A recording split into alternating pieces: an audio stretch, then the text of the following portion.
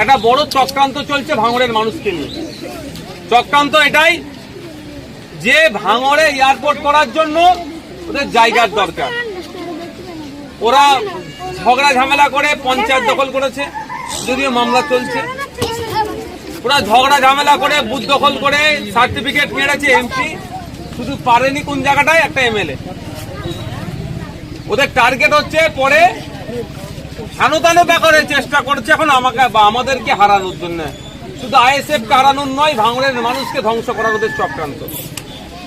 কি ওদের আমি একবার হুমকা দিয়েছিলাম আপনাদেরকে সাথে নিয়ে, যে ভাঙড়ের মানুষের বিনা অনুমতিতে ইচ্ছার বাইরে এক কোদাল মাটি এয়ারপোর্টের জন্য এখানে ফেলতে দেবো না, আর এক কোদাল মাটি এয়ারপোর্টের জন্য তুলতে দেবো না। মাথায় আছে?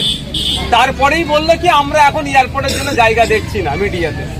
কিন্তু ভাঙড়ে এয়ারপোর্ট হবে কি হবে না, করার প্ল্যান আছে কি না, এর জন্য আমি বিধানসভায় প্রশ্ন করে রেখেছি পরিবহন দপ্তরকে, এখনো উত্তর আমার চাইনি।